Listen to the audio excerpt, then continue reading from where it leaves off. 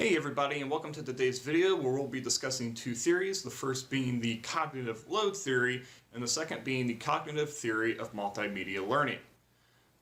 With the cognitive load theory, we first want to go through its architecture, the first being the idea between working memory and long-term memory.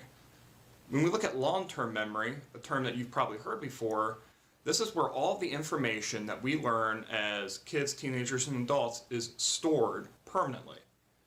The capacity of a long-term memory is considered to be unlimited, which means we can store as much information as we can learn.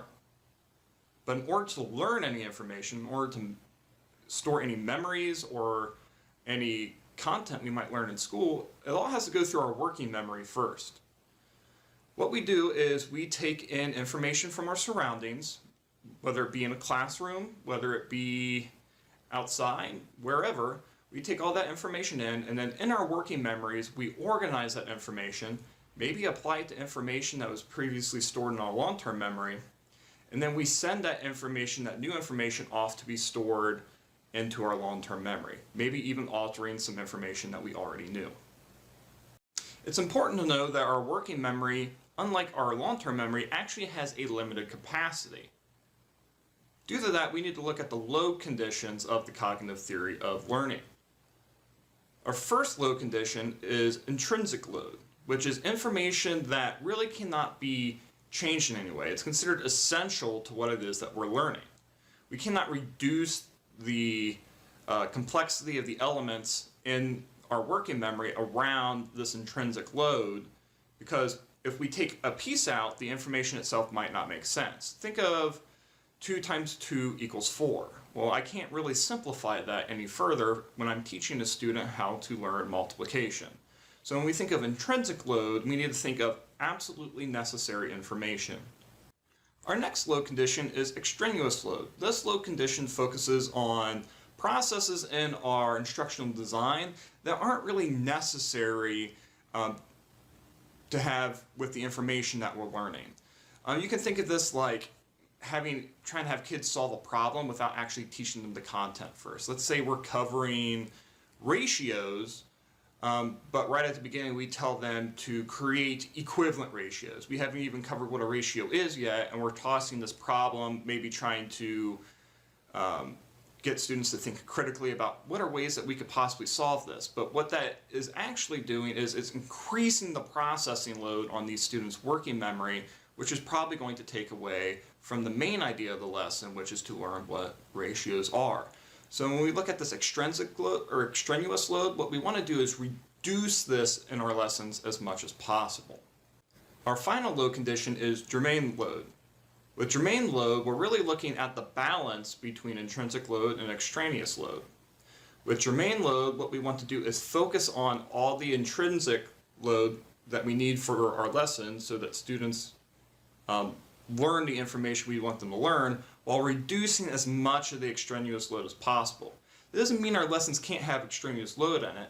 It doesn't mean that we can't have students work through more difficult problems that might increase that extraneous load. It just means that's the part that we need to manage more than the other one. We want to focus on intrinsic so that students learn the content we need them to learn, and then add in an appropriate amount of extraneous load afterwards. Our next theory will be the cognitive theory of multimedia learning. When we're looking at the memory model for this theory, the first thing we'll look at is our sensory memory. Now, sensory memory is something we didn't mention in the cognitive load theory because one of the big focuses of the multimedia theory is that we have a dual channel sensory memory. The first channel being our visual memory, and the second channel being our auditory. All that information is brought in through these two channels in the sensory memory. Now, the information is only going to be held here very briefly, but the capacity is considered to be unlimited. Now, these channels will move on to the working memory, while they'll remain in their separate channels. It is important to remember that working memory still has a limited capacity. So if we are bringing in a lot of visual information, maybe we don't have a lot of remaining working memory to deal with the auditory information. Now, in the working memory, these two channels, the visual information and the auditory information, can be organized in different ways. If we are reading text, that information can then be stored as auditory information because we can read it aloud in our minds. We can kind of take the information between these two channels and flip-flop them in our working memory if we want to. At that point, the working memory works much in the same way as it did in the cognitive load theory. We will organize the information and integrate it together, maybe sometimes even with information, previously learned information from our long-term memory. We'll organize that, integrate it, and move it on to our long-term memory. Again, the capacity here is limited. Then when we move on to the long-term memory, just like in the cognitive load theory, the long-term memory is considered unlimited, and it's where all of our information is stored. Now, there are some assumptions when we are working with cognitive theory of multimedia learning. The first assumption is the assumption that everybody has a dual channel of learning.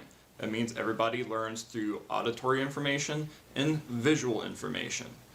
Underlying assumption is that everybody has these dual channels, where we take in auditory information and it moves through an auditory channel, and we have visual information and moves through a visual channel. The next assumption is the limited capacity assumption.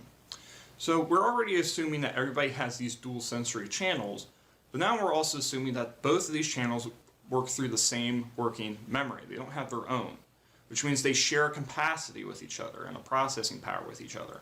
Our final assumption is the active processing assumption. This assumes that every person is an active learner as opposed to a passive learner. The difference here is pretty simple.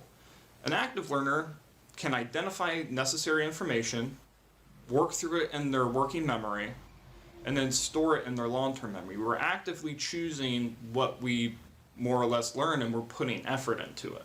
So with the active participation assumption, it's assuming that we are actively taking part in that process where we are organizing that information in our minds and shipping it off to our long-term memory. So that's it for the day. Those are our two different learning theories, cognitive load theory and cognitive theory of multimedia learning. I'll see you in a couple weeks with another video. Have a good day.